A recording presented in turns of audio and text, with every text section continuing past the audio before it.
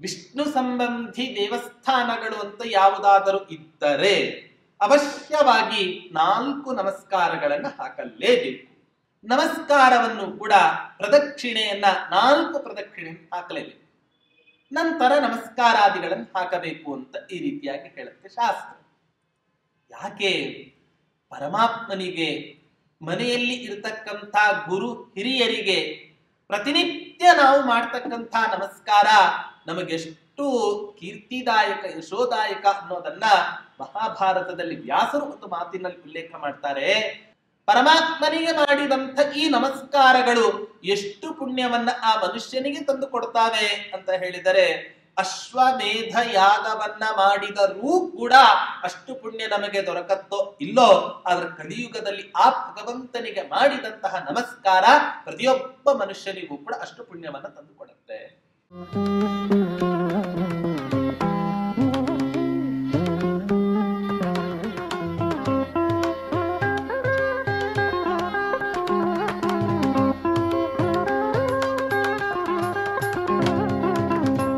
पूज्याय राघवेन्द्राय सत्यधर्मरताय च भजतां कल्पवृक्षाय नमतां कामधेनवे दुर्वादिध्वान्तरवये वैष्णवेन्दी वरिन्दवे श्री राघवेन्द्र गुरवे नमो अत्यंत दयालवे ಶ್ರೀ ಗುರುಭ್ಯೋ ನಮಃ ಹರಿ ಓಂ.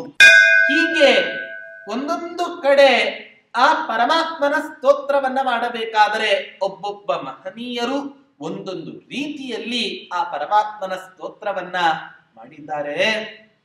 ಹೀಗಾಗಿ ಆ ರಾಯರು ಕೂಡ ರಾಜಗೋಪಾಲ ಸ್ವಾಮಿಯ ಸ್ತೋತ್ರವನ್ನ ಮಾಡ್ತಾ ಹೇಳ್ತಾ ಇದ್ದಾರೆ, ತವ ಮುಖಂ ಮೇ ಮಾನಸಂ ನೈವ ಜಹಾತು.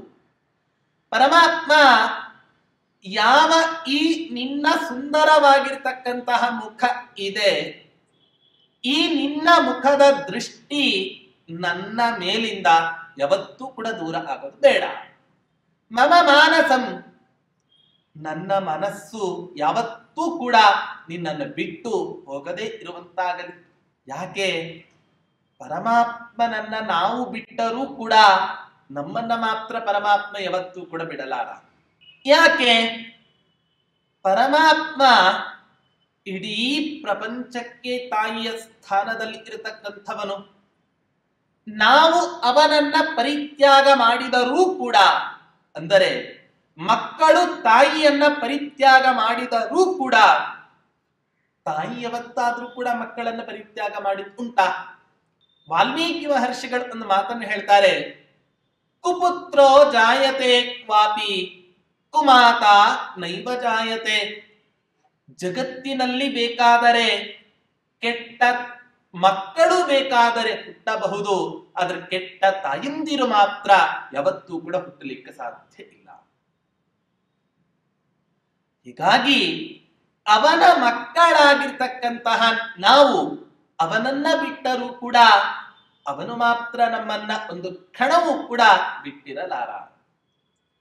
ಉದಾಹರಣೆಗೆ, ಒಬ್ಬ ತಾಯಿ ತನ್ನ ಪುಟ್ಟ ಮಗುವನ್ನ ಕರೆದುಕೊಂಡು ಎಲ್ಲೋ ಅಂಗಡಿಗೋ ಮಾರ್ಕೆಟಿಗೋ ಹೋಗ್ತಾ ಇರ್ತಾಳೆ. ಆ ಸಂದರ್ಭದಲ್ಲಿ ತಾಯಿ ಮಗುವಿನ ಕೈ ಹಿಡಿದಿರ್ತಾಳೋ, ಮಗು ತಾಯಿಯ ಕೈಯನ್ನು ಹಿಡಿದಿರತ್ತೋ. ಮಗು ತಾಯಿ ಕೈಯನ್ನು ಹಿಡಿತಾ ಇಡೀ ಈ ಹೊಸ ಜಗತ್ತನ್ನ ನೋಡ್ತಾ ಅವಳು ಆಲೋಚನೆ ಮಾಡ್ತಾ, ಆ ಮಗು ಆಲೋಚನೆ ಮಾಡುತ್ತೆ, ಎಷ್ಟು ಸುಂದರವಾಗಿರ್ತಕ್ಕಂಥ ಜಗತ್ತು. ಆ ಜಗತ್ತಿನ ನೋಡುವ ಸಂತೋಷದಲ್ಲಿ, ಆ ಜಗತ್ತನ್ನ ನೋಡ್ತಕ್ಕಂತಹ ಸಂತೋಷದಲ್ಲಿ ಆ ಮಗು ತಾಯಿ ಕೈ ಬಿಟ್ಬಿಡುತ್ತೆ. ಅದರ ತಾಯಿ ಮಾತ್ರ ಈ ಜಗತ್ತನ್ನ ನೋಡಿರ್ತಾಳೆ. ಈ ಮಗುವಿನ ಮುಂದೆ ಆ ಜಗತ್ತು ಅತ್ಯಂತ ನಶ್ವರ ಆಗಿರುತ್ತೆ. ಆ ಕಾರಣದಿಂದ ಮಗು ತಾಯಿಯ ಕೈಯನ್ನ ಬಿಟ್ಟರೂ ಕೂಡ ತಾಯಿ ಮಾತ್ರ ಎಂದೆಂದಿಗೂ ಕೂಡ ಆ ಮಗುವಿನ ಕೈ ಬಿಡಲಾರ. ಹಾಗೆ ಭಗವಂತ ನಮ್ಮೆಲ್ಲರಿಗೂ ಕೂಡ ತಾಯಿಯ ಸ್ಥಾನದಲ್ಲಿ ನಿಂತುಕೊಂಡಿದ್ದಾನೆ.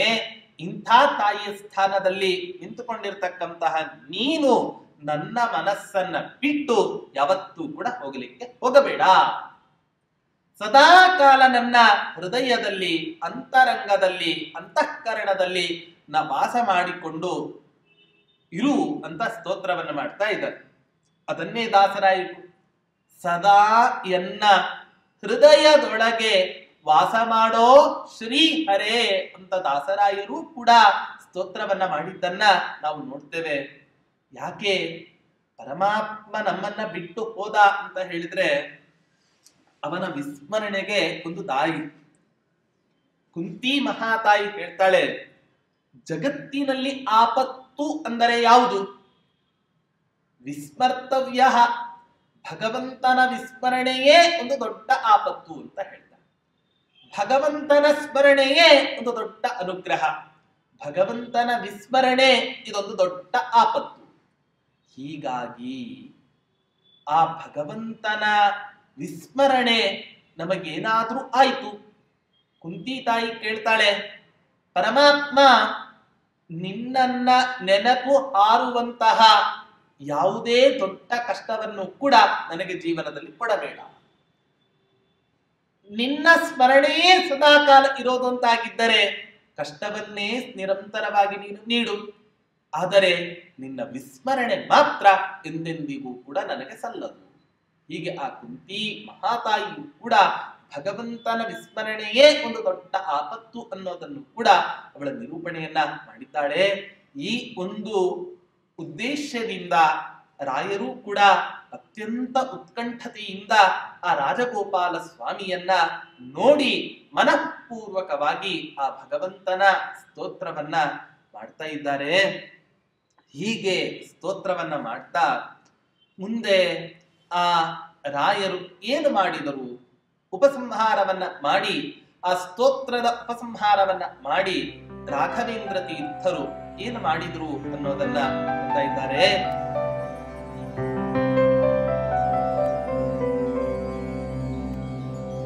ಇತಿ ಬಾಷ್ಪಗದ್ಗದತಯಾತಿ ಮಂಥರಂ ಪ್ರಮದ ಪ್ರವಾಹ ಕೃತಕಾಂತಿ ಕಂಧರಂ ರಚಿತ ಸ್ತುತಿ ಋತನತಿ ಸಮೇವಾನ್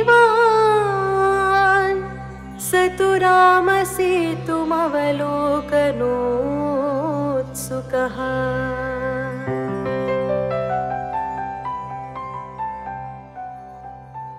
ಇತಿ ಬಾಷ್ಪಗದ್ಗದತಯ. ರಾಯರು ಸ್ತೋತ್ರ ಮಾಡ್ತಾ ಮಾಡ್ತಾ ಮಾಡ್ತಾ ಅವರ ಕಂಠದ ಧ್ವನಿ ಕ್ರಮೇಣ ಅತ್ಯಂತ ನಿಧಾನ ಆಗ್ಲಿಕ್ಕೆ ಆರಂಭ ಆಯಿತು. ನಮಗೂ ಕೂಡ ಜೀವನದಲ್ಲಿ ಕಂಠ ಎಲ್ಲ ನಿಲ್ಲತ್ತೆ. ಯಾವಾಗ ದೇವರ ಬಾಯನ್ನು ಕಿತ್ಕೊಂಡಾಗ, ಕಂಠವನ್ನು ಕಿತ್ಕೊಂಡಾಗ, ಮಾತನ್ನು ಕಿತ್ಕೊಂಡಾಗ ಏನ್ ಮಾತಾಡ್ಲಿಕ್ಕಾಗತ್ತೆ? ಈ ಕಾರಣದಿಂದ ನಮ್ಮ ಕಂಠ ಬೇಕಾದ್ರೆ ನಿಲ್ಲಬಹುದು ಹೊರತು ಪರಮಾತ್ಮನ ಸ್ತೋತ್ರವನ್ನ ಮಾಡ್ತಾ ಯಾವತ್ತಾದ್ರೂ ಕೂಡ ನಮ್ಮ ಕಂಠ ಬಿಗಿದಪ್ಪಿ ಬಂದಿದೆ ಅಂತ ಹೇಳಿದವರು ಯಾವತ್ತಾದ್ರೂ ಯಾರಾದ್ರೂ ಕೂಡ ಇದ್ದಾರೆ ಇವತ್ತಿನ ದಿನ? ಹೇಳ್ತಾರೆ, ಅತಿ ಮಂಥರಂ ಬಾಷ್ಪ ಗದ್ಗದತಯ. ಆ ಪರಮಾತ್ಮನ ಸ್ತೋತ್ರ ಮಾಡ್ತಾ ಅವನ ಆ ಬಿಂಬ ಮೂರ್ತಿಯ ಉಪಾಸನೆಯಲ್ಲೇ ಸಂಪೂರ್ಣ ಮಗ್ನರಾಗಿ ಆ ರಾಘವೇಂದ್ರ ಗುರುಗಳ ಕಂಠ ಅತ್ಯಂತ ಗದ್ಗದಿತವಾಗಿಬಿಟ್ಟಿದೆ.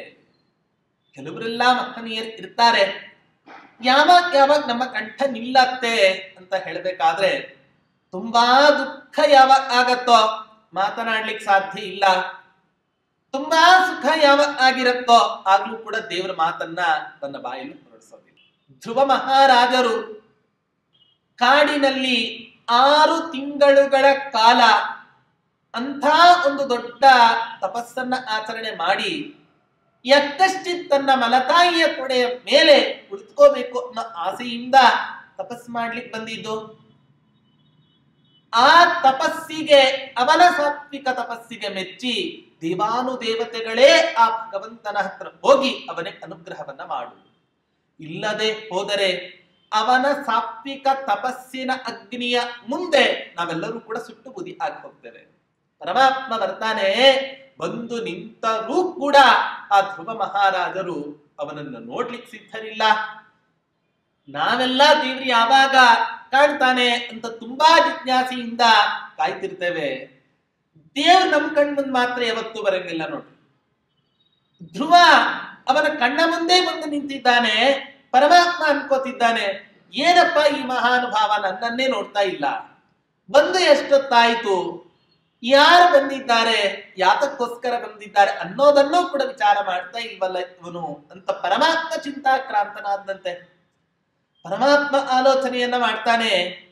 ಹಾಗಾದರೆ ಇವನು ಯಾತಕ್ಕೋಸ್ಕರ ನನ್ನನ್ನ ನೋಡ್ತಾ ಇಲ್ಲ, ಅವನ ಹೃದಯ ಮಂದಿರದಲ್ಲಿ ಅವನ ಕಣ್ಣ ಮುಂದೆ ಈ ಯಾವ ಬಿಂಬ ಮೂರುತಿ ಇದೆ ಅದನ್ನ ಅತ್ಯಂತ ಅಚಲವಾಗಿ ಉಪಾಸನೆ ಮಾಡ್ತಾ ಇದ್ದಾನೆ.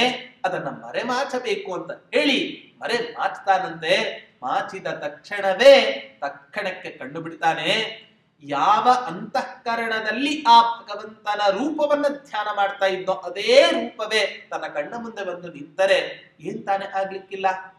ಮಾತೇ ಹೊರಡೋದಿಲ್ಲ. ತಾಯಿ ತುಡಿ ಮೇಲೆ ಕುತ್ಕೋಬೇಕು ಅನ್ನೋದಕ್ಕೋಸ್ಕರ ತಪಸ್ಸನ್ನ ಮಾಡಿ ದೇವರ ಹತ್ರ ವರವನ್ನು ಕೇಳಲಿಕ್ಕೆ ಬಂದಂತ ಆ ಧ್ರುವ ಯಾವ ಆ ಪರಮಾತ್ಮನನ್ನ ನೋಡ್ತಾನೆ, ಅವನಿಗೆ ಬಾಯಲ್ಲಿ ಮಾತೇ ಹೊರಡೋದಿಲ್ಲ. ಆಗ ಪರಮಾತ್ಮನೇ ಅವನ ಕೈಯಲ್ಲಿ ಇದ್ದ ಶಂಖದ ಸ್ಪರ್ಶವನ್ನ ಮಾಡಿಸೋದರ ಮೂಲಕ ಸ್ತೋತ್ರವನ್ನ ಮಾಡಿಸ್ಲಿಕ್ಕೆ ಆರಂಭ ಮಾಡ್ತಾನೆ. ಯೋಂತಃ ಪ್ರವಿಶ್ಯ ಮಮ ವಾಚಮಿಮಾಂ ಪ್ರಸುಪ್ತಾಂ ಸಂಜೀವಯತ್ಯಖಿಲ ಶಕ್ತಿಧರ ಸ್ವಧಾಮ್ನ ಅನ್ಯಾಂಷ್ಟ ಹಸ್ತ ಚರಣ ಶ್ರವಣತ್ವಗಾದಿ ಪ್ರಾಣಾನ್ನಮೋ ಭಗವತೆ ಪುರುಷಾಯ ತುಭ್ಯಂ. ಹೀಗೆ ಆ ಪರಮಾತ್ಮನ ಅದ್ಭುತವಾದ ದಿವ್ಯವಾದ ಆ ರೂಪವನ್ನ ಕಂಡು ಅನೇಕ ಜನರು ತಮ್ಮ ಅಂತಃಕರಣದಲ್ಲಿ ಆ ಪರಮಾತ್ಮನನ್ನ ಬಂಧಿಸಿದಂಥವರಾಗಿ ಆ ಪರಮಾತ್ಮನ ಸ್ತೋತ್ರವನ್ನ ಮಾಡ್ತಾ ಇರ್ತಾರೆ. ಅನೇಕ ಜನರನ್ನು ಇವತ್ತಿನ ದಿನ ನಾವು ನೋಡ್ತೇವೆ. ಪುರಂದರದಾಸರು ಶ್ರೀನಿವಾಸನ ದರ್ಶನವನ್ನ ಮಾಡ್ತಾರೆ. ವಿಜಯದಾಸರಂಥ ಮಹನೀಯರು ಶ್ರೀನಿವಾಸನ ದರ್ಶನಾಕಾಂಕ್ಷೆಗಳಾಗಿ ಹೋದಂತ ಸಂದರ್ಭದಲ್ಲಿ ದರ್ಶನ ಆಗೋದಿಲ್ಲ. ಆಗ ರಥವೇ ಮುಂದೆ ಹೋಗೋದಿಲ್ಲ. ಆಗ ಹೇಳ್ತಾರೆ, ಯಾರೋ ಒಬ್ಬ ಮಹನೀಯರು ಇಲ್ಲಿ ಕುತ್ಕೊಂಡಿದ್ದಾರೆ, ಅವರು ಎದ್ರೆ ಅವರಿಗೆ ದರ್ಶನವನ್ನ ಮಾಡಿಸಿದಾಗ ಮಾತ್ರ ಈ ರಥ ಮುಂದೆ ಹೋಗ್ಲಿಕ್ಕೆ ಸಾಧ್ಯ. ವಿಜಯದಾಸರು ಬರ್ತಾರೆ, ಕುತ್ಕೊಂಡಿರ್ತಕ್ಕಂಥವ್ರು, ಸಾಗಿ ಬಾರಯ್ಯ ಭವ ಕಡಲಿಗೆ ಕುಂಭ ಸಂಭವ. ಇಲ್ಲಿ ತನಕ ರಥದಲ್ಲಿ ಕುಳಿತುಕೊಂಡಂತಹ ಯಾವ ಶ್ರೀನಿವಾಸ ನೀನಿದ್ದೀಯ, ಸಾಗಿ ಬಾರಯ್ಯ ಭವ ಕಡಲಿಗೆ ಕುಂಭ ಸಂಭವ. ಹೀಗೆ ಆ ವಿಜಯದಾಸರು ಸ್ತೋತ್ರವನ್ನ ಮಾಡಿದ ಮೇಲೆ ಆ ಶ್ರೀನಿವಾಸ ದೇವರ ರಥ ಮುಂದೆ ಹೋಗತ್ತೆ ಅಂತ ಹೇಳ್ತಾರೆ. ಇದೇ ತರಹದ ಘಟನೆ ನಮ್ಮ ಹತ್ತಿರದ ವರ್ಷಗಳಲ್ಲಿ ನಡೆದಿದ್ದು ಅಂತ ಹೇಳಿದರೆ ಸತ್ಯಧ್ಯಾನ ತೀರ್ಥರು ಆ ಶ್ರೀನಿವಾಸನ ದರ್ಶನಕ್ಕೆ ಹೋಗ್ತಾರೆ. ಒಳಗೆ ದರ್ಶನಕ್ಕೆ ಬಿಡೋದಿಲ್ಲ, ಹೊರಗಡೆನೆ ನಿಂತ್ಕೋತಾರೆ. ಆದರೆ ಒಳಗಡೆ ಎಂಥ ವಿಸ್ಮಯ ನಡೆಯುತ್ತೆ ಅಂತ ಹೇಳಿದರೆ, ಯಾವ ಶ್ರೀನಿವಾಸನಿಗೆ ಪಚ್ಚೆ ಕರ್ಪೂರವನ್ನು ಅವನ ಮುಖ ಕಮಲದ ಮೇಲೆ ಹಚ್ಚಿದಾರೋ ಆ ಪಚ್ಚೆ ಕರ್ಪೂರ ಎಷ್ಟು ಹಚ್ಚಿದರೂ ಕೂಡ ಅದರ ಮೇಲೆ ನಿಲ್ತಾ ಇಲ್ಲ. ನೋಡ್ತಾರೆ ಗಂಟಾನುಗಟ್ಟಲೆ ಹಚ್ಚಿದರೂ ಕೂಡ ಆ ಕರ್ಪೂರ ಮಾತ್ರ ನಿಲ್ತಾ ಇಲ್ಲ. ಅನ್ಕೊಂಡ್ರಂತೆ ಯಾರೋ ಜ್ಞಾನಿಗಳಿಗೆ ಅವಮಾನ ಆದಂತೆ ನಮಗ್ ತೋರ್ತಾ ಇದೆ. ಯಾರಾದ್ರೂ ಇದ್ರ ಒಳಗಡೆ ಕರ್ಕೊಂಡು ಬಂದು ದರ್ಶನವನ್ನ ಮಾಡಿಸಿ ಆ ಶ್ರೀನಿವಾಸ ಅನುಗ್ರಹವನ್ನು ಮಾಡ್ತಾನೆ. ನೋಡ್ತಾರೆ ಹೊರಭಾಗದಲ್ಲಿ ಸತ್ಯಧ್ಯಾನ ತೀರ್ಥರಂತ ಜ್ಞಾನಿಗಳು ನಿಂತಿರ್ತಾರೆ, ಪರಮಾತ್ಮನ ಸ್ತೋತ್ರವನ್ನು ಮಾಡ್ತಾ ಇರ್ತಾರೆ. ಒಳಗಡೆ ದರ್ಶನವೇ ಆಗಿರೋದು. ಹೋಗ್ತಾರೆ ಒಳಗಡೆ ದರ್ಶನಕ್ಕೋಸ್ಕರ ಅಂತ ಹೋಗ್ತಾರೆ.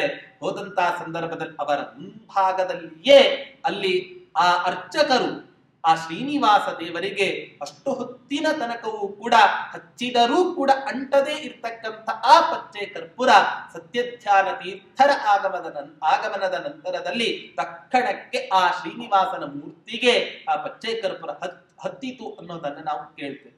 ಹಾಗಾಗಿ ಪರಮಾತ್ಮನನ್ನ ತಮ್ಮ ಅಂತಃಕರಣದಲ್ಲಿ ಬಂಧಿಸಿದಾಗ ಸ್ತೋತ್ರವನ್ನ ಮಾಡ್ತಕ್ಕಂತಹ ಸಂದರ್ಭದಲ್ಲಿ ಅತ್ಯಂತ ಹೃದಯಂಗಮವಾಗಿ ಬಾಷ್ಪದಿಂದ ಉಕ್ಕಿ ಆನಂದ ತುಂದಿಲರಾಗಿ ಆನಂದದಿಂದ ಅತ್ಯಂತ ಸಂತುಷ್ಟರಾಗಿ ಆ ಪರಮಾತ್ಮನನ್ನ ಸ್ತೋತ್ರ ಮಾಡ್ತಾರೆ. ಸ್ತೋತ್ರ ಮಾಡಿ ಏನ್ ಮಾಡ್ತಾರೆ? ಕೃತನತಿಹಿ ನಮಸ್ಕಾರವನ್ನ ಮಾಡ್ತಾರಂತೆ ರಾಘವೇಂದ್ರ ತೀರ್ಥರು. ಶಾಸ್ತ್ರ ಹೇಳುತ್ತೆ, ದೇವರಿಗೆ ನಮಸ್ಕಾರ ಮಾಡಬೇಕಾದ್ರೆ ಪ್ರದಕ್ಷಿಣೆಯನ್ನ ಹಾಕ್ಬೇಕಾದ್ರೆ ಹಿಂಗೆಂಗ್ ಹಾಕ್ಬೇಕು? ಚತ್ವಾರಿ ಕೇಶವೇ ಕುರಿಯಾತ್, ವಿಷ್ಣು ಸಂಬಂಧಿ ದೇವಸ್ಥಾನಗಳು ಅಂತ ಯಾವುದಾದರೂ ಇದ್ದರೆ ಅವಶ್ಯವಾಗಿ 4 ನಮಸ್ಕಾರಗಳನ್ನ ಹಾಕಲೇಬೇಕು. ನಮಸ್ಕಾರವನ್ನು ಕೂಡ ಪ್ರದಕ್ಷಿಣೆಯನ್ನ 4 ಪ್ರದಕ್ಷಿಣೆಯನ್ನು ಹಾಕಲೇಬೇಕು. ನಂತರ ನಮಸ್ಕಾರಾದಿಗಳನ್ನು ಹಾಕಬೇಕು ಅಂತ ಈ ರೀತಿಯಾಗಿ ಹೇಳುತ್ತೆ ಶಾಸ್ತ್ರ. ಯಾಕೆ? ಪರಮಾತ್ಮನಿಗೆ ಮನೆಯಲ್ಲಿ ಇರತಕ್ಕಂಥ ಗುರು ಹಿರಿಯರಿಗೆ ಪ್ರತಿನಿತ್ಯ ನಾವು ಮಾಡ್ತಕ್ಕಂಥ ನಮಸ್ಕಾರ ನಮಗೆಷ್ಟು ಕೀರ್ತಿದಾಯಕ ಯಶೋದಾಯಕ ಅನ್ನೋದನ್ನ ಮಹಾಭಾರತದಲ್ಲಿ ವ್ಯಾಸರು ಒಂದು ಮಾತಿನಲ್ಲಿ ಉಲ್ಲೇಖ ಮಾಡ್ತಾರೆ. ಆಯುರು ವರ್ಚೋ ಯಶೋ ಫಲಂ ಚತ್ವಾರಿ ಅಭಿವರ್ಧಂತೆ. ಯಾರು ಪ್ರತಿನಿತ್ಯ ಗುರು ಹಿರಿಯರು ಹಾಗೆ ಆ ಭಗವಂತನಿಗೆ ನಮಸ್ಕಾರವನ್ನ ಮಾಡ್ತಾರೋ ಅವರಿಗೆ 4 ಅಭಿವೃದ್ಧಿ ಆಗತ್ತೆ. ಒಂದು ಆಯುಷ್ಯ, ಇನ್ನೊಂದು ಅವರ ವರ್ಚಸ್ಸು, ಇನ್ನೊಂದು ಅವರ ಯಶಸ್ಸು, ಇನ್ನೊಂದು ಬಲ. ಹಾಗಾದ್ರೆ ಜೀವನದಲ್ಲಿ ಪ್ರತಿಯೊಬ್ಬ ಮನುಷ್ಯನಿಗೂ ಕೂಡ ಬೇಕಾದ ಇಷ್ಟೇ: ಆಯುಷ್ಯ, ಅಂತಃಸತ್ವ, ಹಾಗೆ ಯಶಸ್ಸು, ಹಾಗೆ ಬಲ. ಏತದತಿರಿಕ್ತವಾಗಿರ್ತಕ್ಕಂತಹದ್ದನ್ನು ಯಾರು ತಾನೇ ಅಪೇಕ್ಷೆಯನ್ನ ಪಡ್ತಾರೆ ಇವತ್ತಿನ ದಿನ ಜಗತ್ತಿನಲ್ಲಿ?